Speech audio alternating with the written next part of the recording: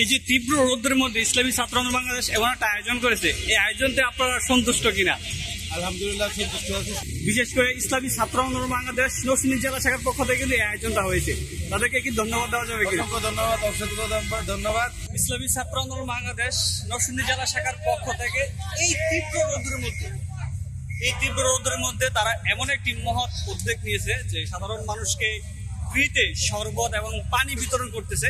সেই দৃশ্যটা আপনাদেরকে দেখানোর চেষ্টা করতেছে, আপনারা দেখতেছেন।